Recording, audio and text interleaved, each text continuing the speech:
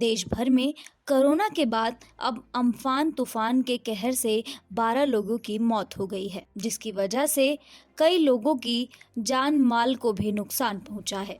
इस साल के पहले सुपर साइक्लोन अम्फान ने बुधवार की शाम को लैंडफॉल किया। इसके बाद तूफान ने बड़ी तबाही मचाई, जनजीवन को बुरी तरह अस्त व्यस्त कर दिया। पेड़, बिजली के खंभे, lamp post, telephone tower, traffic signal आदि धराशायी हो गए। बड़े पैमाने पर सार्वजनिक संपत्ति को नुकसान पहुंचा। 12 लोगों की मौत हो गई, कई घायल हो गए। यहाँ 135 से 140 किलोमीटर की रफ्तार से हवाएं चली, जिससे मची तबाही कल्पना से परे है। हजारों पेड़ व कच्चे मकान के साथ साथ कोलकाता समेत कई इलाकों में पुरानी पक्की इमारतें भी गिरी। चक्रवात अम्फान ने बुधवार को पश्चिम बंगाल में दस्तक देने के साथ ही भारी तबाही मचाई। राज्य सचिवालय में कंट्रोल रूम में खुद मौजूद मुख्यमंत्री ममता बनर्जी ने कहा कि इस महाविनाशकारी तूफान से दक्षिण बंगाल में भारी तबाही हुई है। बनर्जी ने कहा कि तूफान से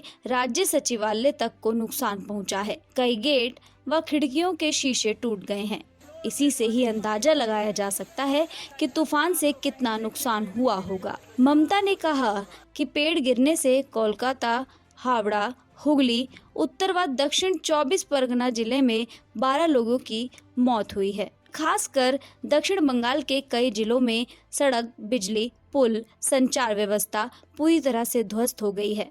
गुरुवार दोपहर 3 बजे अम्फान को लेकर गठित टास्क फोर्स की बैठक बुलाई गई है, जिसमें नुकसान और तत्काल लोगों तक राहत पहुंचाने और संपर्क स्थापित करने के लिए आवश्यक कदम उठाने को लेकर चर्चा की जाएगी। तो चलिए बताते हैं कि आखिर क्यों उठते हैं अम्फान जैसे तूफान। भारत में आने वाले तूफानों को ट्रॉपिकल साइक्लोन कहा जाता है।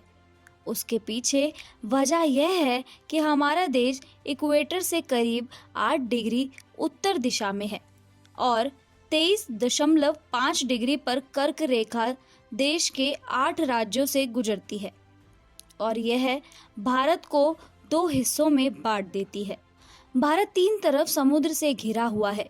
पश्चिम में अरब सागर, पूर्व में बंगाल की खाड़ी और दक्षिण में हिंद महासागर।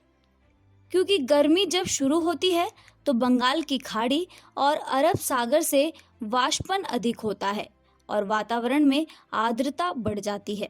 पृथ्वी अपनी धुरी पर पश्चिम से पूर्व की ओर घूमती है और इसके साथ ही कोरियालिस फोर्स भी काम करता है। बताते हैं कि चक्रवात आने की वजह क्या होती है। समुद्र में मौसम की गर्मी से हवा गर्म हो जाती है और कम वायु दाब का क्षेत्र बन जाता है। जब हवा गर्म होकर तेजी से ऊपर की तरफ आती है तो पहले से ही वायुमंडल में वाष्प की मौजूदगी से सघन होता है और बादल का निर्माण हो जाता है। इस वजह से महीन नम हवा तेजी से खाली जगह को भरने के लिए नीचे उतरने लगती है।